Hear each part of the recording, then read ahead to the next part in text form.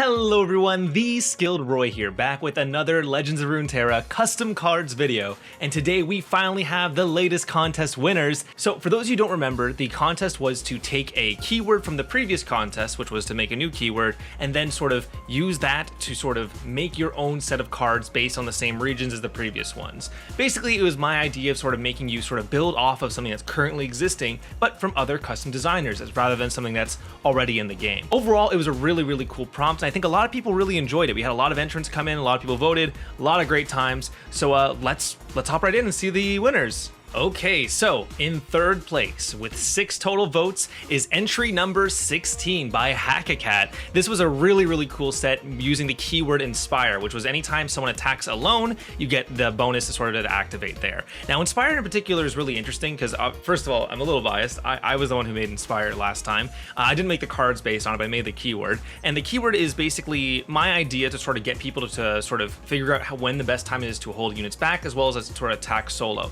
It also has a lot of synergies inherently with things like free attacks or just rallies and scouts, which are some of my favorite archetypes to sort of mess around with. In general, this is a really cool set. I think this sort of nailed the idea of the keyword really well, especially comparatively to previous designs I've seen of the same keyword. When you sort of look at things like, for example, challenging the strongest enemy, which then lets you set up that attacker in the first place. The fleeting get down also lets you do some really cool stuff with the same sort of concept, allowing you to swap off your back row as well. Honestly, there's a lot of really cool ideas here that are really cool conceptual ones. And of course, Legion Berserker is just a card that synergizes incredibly well with the keyword because he enters the battlefield and immediately starts the activation. Now, I do note that Hackacat has their own personal taste on how they think that free attack should be balanced. So for those who don't know, when you play cards that have free attack, they immediately start the free attack. They're not skill speed. This is probably a balance consideration because it is a 5-mana 5/4 overwhelm that happens to attack for free on its own. But still, I think it's perhaps that's one thing you don't have to worry too much about considering the precedent at this point now. But overall, this is a really great set, and really big kudos to Hackacat. This is a really solid set, and considering they apparently made it in last minute, this is very cohesive and makes lots of internal sense, and I'm really happy about this set. Great job, Hackacat. Great work. Okay, and in second place with 7 votes, entry number 15 by Nimster or Tio. This was the Wanted selection, which was with a Small-Time Goon, Blackmail, and Hired Sharpshooter. Now, I really liked Wanted conceptually as a keyword because I really love alternate resource mechanics. Hell, in Gwent, my girlfriend and I, we typically play Syndicate, so that is the sort of region I sort of like there, which we used coins, of course, and that was sort of how I really enjoyed playing the game. I love having to manage additional resources on top of the typical mana resource that you typically have to handle. So this was a really neat idea, and it was really interesting as a way not only to add like sort of marking mechanics, but also add some downsides as well, because some of these cards, for example, like Small-Time Goon, have downsides, which are that they give the opponent coins as well. Now, the coins, of course, that can be traded in for a variety of different things, but I think this was a really solid sort of attempt to make them all more interesting. So Small-Time Goon was an early game value engine that helped you generate coins, but then if it died, you gave the opponent some coins as well. The next, of course, is Blackmail, which was a buff spell in P&Z that can be used either one of 2 ways. You can either use it as a sort of marking spell for your next burn spell or your next trade, which gives you some coins, or you can use it as a buff spell to sort of push in a little bit extra damage, as it's still 2 mana +2/+1, which is almost equivalent to a sharp sight. It is a sharp sight with a somewhat of a downside, but still kind of interesting. And then lastly, we have Hired Sharpshooter, which was the when allies attack, discard up to 5 coins from your hand to deal that much damage to the enemy nexus. So essentially, this was basically a sort of a finisher for P&Z, a sort of misfortune almost for P&Z that sort of cashes in the coins to get some damage on the nexus, and that's sort of how you're intended to win the game, basically. Because while the coins were great for value in generally, they didn't really have a strict I win the game if I have a bunch of coins. And I think that's something that any good alternate resource mechanic kind of needs, is if you're managing it really well and you're being able to build up a huge surplus, you should be rewarded for that. And I think the Hired Sharpshooter is a great sort of win condition for that concept. I think the numbers could probably move around a bit, but I think overall the design is not a bad one. I think I'm actually quite interested in it. I especially love how it makes allies attack instead of it being like a round start or round end that sort of makes you never want to sort of be engaging with your opponent. This was a really smart decision on that part. So honestly, great job, Nimster. Amazing work. All right, now the one you've been waiting for. Who came in first place? Honestly, it's kind of ridiculous. This entry has received over half of the votes. with a staggering 16 votes, making it, I think, the biggest difference from first to second we've ever had in our contest thus far. And I think this was the number one, the one I kind of expected to win as well, quite honestly. And that's not lightly coming late for me either, you know, because I hate this keyword idea. I'm telling you this right now. If everyone saw this keyword, they knew this was the opposite of a Roy keyword, okay? This is the exact opposite of what I want to encourage, what I want to do. It's entry number 20 by Doug.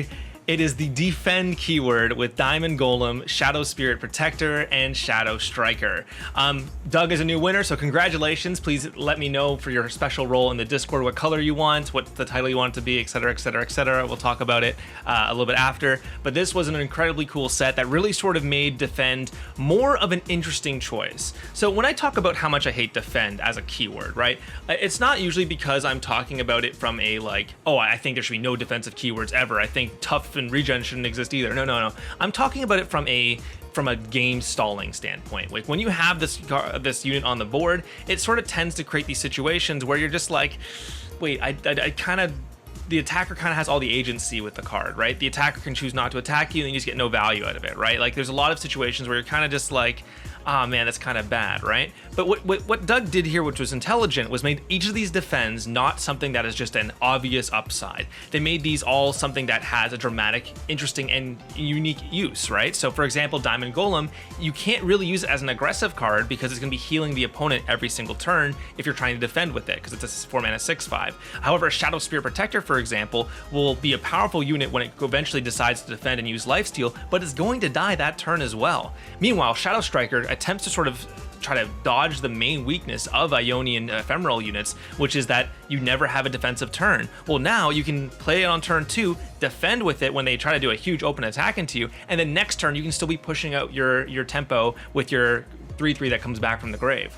Honestly, this is some really solid design, and I think this was probably the best way. Honestly, I don't want to say the probably best way, because the other defend user as well, Argon, also did a really good defense set. And I think that's the thing. When you're making keywords like this, I think Doug and Argon definitely took it as a challenge because they knew how much this keyword I hate. I think they definitely took it as a challenge because this keyword is a keyword that is typically never going to sort of be something that can push initiative at all. It's never going to be something that can like encourage interesting game states on its own. So you have to make defend more of an intriguing keyword, something that adds a lot more nuance to it. Whereas normally what I typically see defend is like defend, I heal 3, right? It's all these super defensive, turtly designs. You don't really want to do that. You want to make it still engaging and make the defend an active choice, not something that's always going to be strictly better to do or not. Because at that point, it's just like, okay, well, the defender's already very favored in Legends of Runeterra, so like let's be a little bit more fair to the attacker in those cases, right? But anyways, though, thank you, Doug, for this design. It was really cool. This is a great attempt at making defend more palatable, if I could say myself. And clearly everyone agreed. 16 votes. This is the highest we've ever had for the discrepancies between votes. It was very clear this was the clear winner. This was definitely a landslide victory for sure.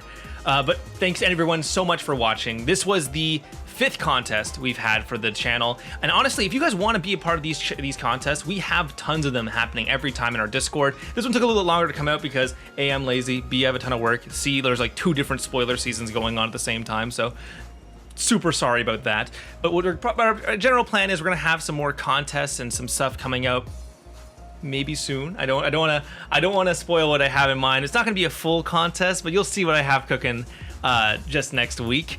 But anyways, though, thank you again so much for watching, everyone. This has been The Skilled Roy and the Custom Cards channel. Thank you so much for watching. I will talk to you guys all later. Peace out.